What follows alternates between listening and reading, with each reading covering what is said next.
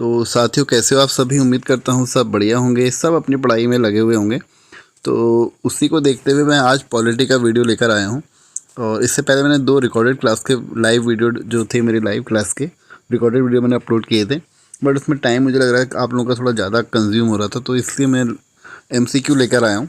अगर आप कहेंगे तो मैं क्लास का भी रिकॉर्डेड क्लास का भी वीडियो अपलोड कर दूँगा। तो फिलहाल आज हम बात करने वाले हैं पॉलिटी की, और उसमें हम बात करेंगे पंचायती राज की। तो ये पंचायती राज का 6th वीडियो है। हिंदी के आप वीडियो देख सकते हो, करीब करीब 44 से ऊपर अब वीडियो अपलोड हो चुके हैं हिंदी के, और 100 वीडियो अपलोड होने हैं। और हिस्ट्री की बात कर रहे हैं अगर हम, तो हिस्ट्री के 25 करीब वीडियो अपलोड हो चुके हैं, 50 वीडियो हिस्ट्री के अपलोड होने हैं। और मेरी कोशिश ये रहेगी कि पेपर से पहले, करीब आपके 4-5 दिन पहले, आपका पूरा कोर्स मैं रिवाइज़ करा सकूँ एक बार में। और अगर आप टेलीग्राम से जुड़ना चाहते हैं तो चैनल के अबाउट में नमो IAS PCS करके आप अगर सर्च करेंगे टेलीग्राम में, तो आप वहाँ से कनेक्ट हो सकते हैं। वहाँ से आपको PDF वगैरह भी मिल जाएगी। तो बात करते हैं हम फिलहाल आज के पहले क्वेश्चन की, जो हमारा पंचायती राज का है। पहला क्वेश्चन है, पंचायती राज संविधान के किस भाग में है? तो वो है भाग 9 में, है ना, भाग 9 में है। अगला क्वेश्चन है हमारा, भारतीय संविधान के किस भाग में नगर पालिका का? तो 9th A। ग्राम पंचायत का अगर बात करेंगे तो 9 में है, और अगर नगर पालिका की बात करेंगे तो 1 जोड़ देंगे उसमें A में। अच्छा, अगर किसी में से अगर किसी को अगर यहाँ पे समझ में नहीं आता कि कहीं पर आप देखते हो बुक में स्मॉल a लिखा रहता है संविधान में, और कहीं पे कैपिटल A, तो याद रखिएगा कैपिटल A वहीं पे लिखेगा जहाँ पे कोई चीज़ संविधान संशोधन के तहत जोड़ी गई है। ठीक है, जैसे कि हमने देखा था यहाँ पे 9th A, तो ये संविधान संशोधन के तहत जोड़ी गई है ना, 9th A या 9th को। तो और अगर हम इसको कौन से संविधान संशोधन के तहत जोड़ा गया था? नगर पालिका वाला 74वां है, और ग्राम पंचायत वाला 73, है ना। तो ये चीज़ दिमाग में रख के चलेगा। और जो स्मॉल ए होते हैं वो खाली उसके खंड होते हैं, ठीक है ना। अगर कैपिटल A लिखा है तो उसका मतलब है कि वो चीज़ संविधान संशोधन के तहत जोड़ी गई है। आगे बात करते हैं, संविधान के किस भाग में ग्राम पंचायतों की स्थापना की बात की गई है? तो वो है भाग 4। और भाग 4 के भी कौन से अनुच्छेद में? भाग 40 में। ये चीज़ याद रखिएगा, नीति निर्देशक तत्व की बात हो रही है यहाँ पर, और उसमें भाग अनुच्छेद 40 कहता है ग्राम पंचायतों का क्या हो?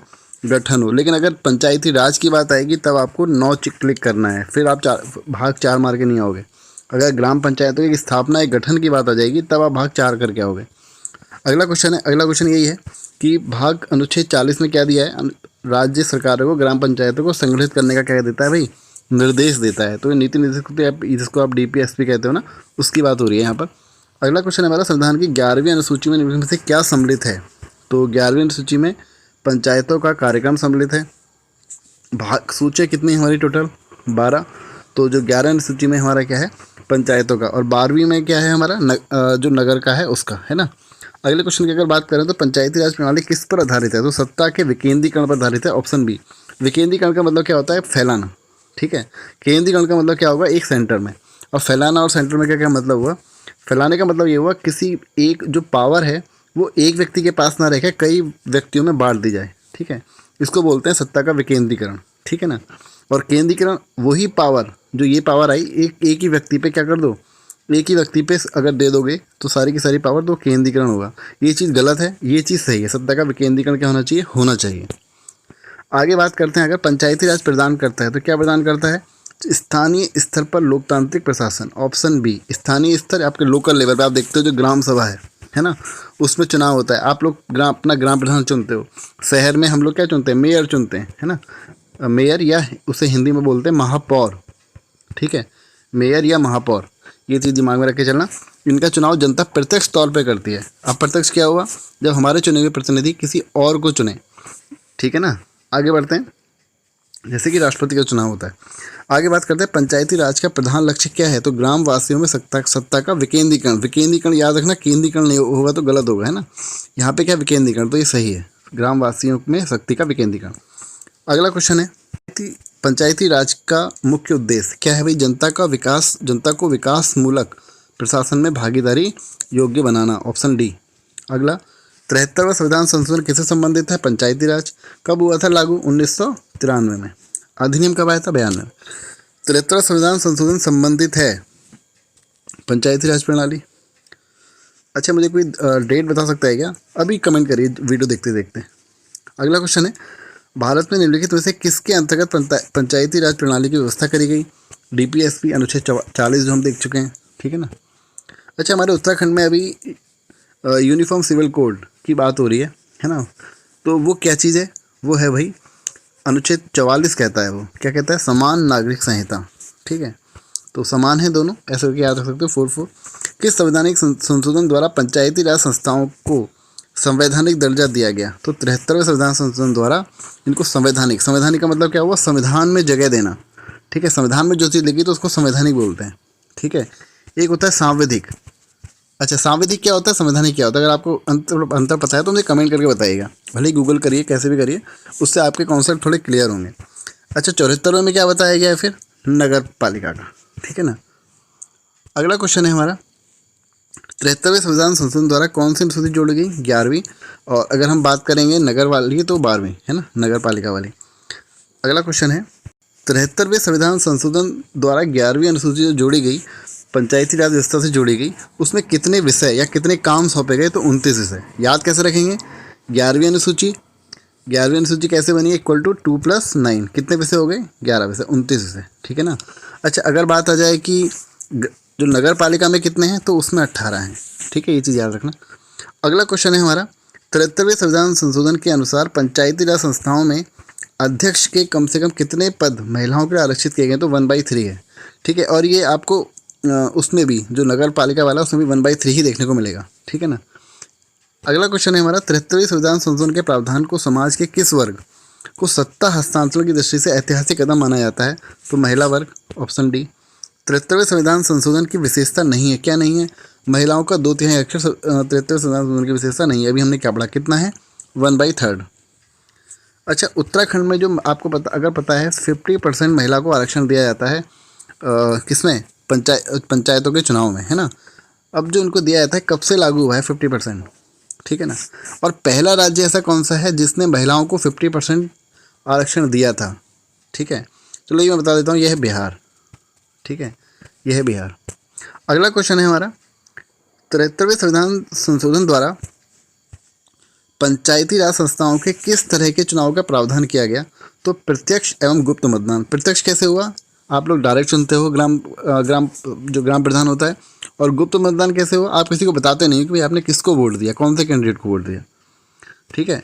आगे बढ़ते हैं, भारत के किस चुनाव में आरक्षित स्थानों का क्रम से भरे जाने का प्रावधान किया गया है? तो पंचायती राज संस्थाओं के चुनाव में एससी यानी कि अनुसूचित जाति, एसटी यानी कि अनुसूचित जनजाति और महिलाओं को आरक्षण दिया गया है ना। पंचायतों के विघटन के उपरांत निम्नलिखित में से कौन सी अवधि नए चुनाव कराने हेतु सही है? 6 माह के अंदर। पंचायती राज संस्थाओं के निर्वाचन के लिए उत्तरदायी है राज्य निर्वाचन आयोग। पंचायती राज यानी कि जो नीचे के लेवल है हमारे, उसको छोड़ के पूरे भारत में कोई भी चुनाव हो, है ना, तो उसको कौन करवाता है? केंद्रीय निर्वाचन आयोग कराता है। ये चीज़ दिमाग में रख के चलना है ना। सिर्फ पंचायती राज को कराएगा राज्य निर्वाचन आयोग। अगला है, 73वें संविधान संशोधन के अनुसार पंचायती राज संस्था का कार्यकाल कितना होता है? 5 वर्ष। भारत के पंचायती राज के प्रबल समर्थक थे, कौन थे? महात्मा गांधी। उन्होंने आपको बताया, तभी हमारा कौन से डीपीएसपी के किसके अंतर्गत आता है? गांधीवादी के अंतर्गत। सिद्धराज, राजीव गांधी, उपयुक्त सभी, ऑप्शन डी। अगला है, पंचायती राज संस्थाओं में महिलाओं तथा दुर्बल वर्गों के अधिक प्रतिनिधित्व के समर्थक थे, कौन? Rajiv Gandhi, option D. भारत में महिलाओं के लिए स्थान आरक्षित है कहाँ? पंचायती राज संस्थाओं में। 73वें संविधान संशोधन किस अधिनियम से लागू हुआ? 24 अप्रैल 1993, ठीक है। 92 में आया था, लागू कब से है? 93 में। भारत में पंचायती राज अधिनियम कब लागू हुआ? तो 24 अप्रैल 1993। क्वेश्चन रिपीट हुआ है? नहीं, रिपीट नहीं हुआ है, एक बार 73 संविधान संशोधन लिखा है, एक पंचायती राज अधिनियम लिखा हुआ है। अच्छा, पहला ऐसा कौन सा जिला था जहाँ पर पंचायती राज चालू हुआ? तो वो था नागौर। और नागौर भी कहाँ है? राजस्थान में, ठीक है। अच्छा, आपके लिए क्वेश्चन है, दूसरा राज्य ऐसा कौन सा है जहाँ पंचायती राज लागू हुआ था? ठीक है। अगला क्वेश्चन है हमारा, पंचायत के चुनाव कराने हेतु निर्णय किसके द्वारा लिया जाता है? राज्य सरकार के द्वारा लिया जाता है। भारत में पंचायती राज का प्रारंभ 1959। अच्छा, आप एक चीज़ सोचिए, ये लागू तो 1993 से हो रहा है, लेकिन पंचायती राज जो हमारे यहाँ आरंभ हो गया था 1959 से हो गया था। इसके पीछे क्या रीज़न रहा होगा? इसके पीछे रीज़न ये रहा था कि भाई ये संविधान में इसको लागू करने की ज़रूरत क्यों पड़ी? क्योंकि उससे पहले ये ऑप्शनल था, यानी कि क्या है, कोई राज्य कराए या ना कराए उसके ऊपर, उसकी इच्छा के ऊपर डिपेंड करता था। लेकिन जब बलवंत राय मेहता जी की समिति आई 1957 में, है ना, तब आपको पता होगा उसके बाद से क्या हो गया, हमारे संविधान में इंक्लूड हो गया 243 आर्टिकल के तहत, है ना। 243 आर्टिकल के तहत ये क्या हो गया, इंक्लूड हो गया। और 243 से कहाँ तक, 243 ओ तक, ठीक है ना। तो ये फिर अब हर राज्य को कंपलसरी है कि वो पंचायती राज चुनाव कराएगा। अब बलवंत राय मेहता जी की समिति थी वो कितने लेवल की है, 3 लेवल की है, ठीक है। उसके बाद अशोक मेहता जी की समिति आई थी, वो कितने लेवल की थी, चलो आगे हम बात करेंगे इससे बात। ये आई थी 1957 में और ये आई थी उसके 20 साल बाद 1977 में, ठीक है ना। तो अगले वीडियो में हम इसी के बारे में बात करने वाले हैं। वीडियो को लाइक करके चैनल को सब्सक्राइब जरूर करिएगा। Thank you.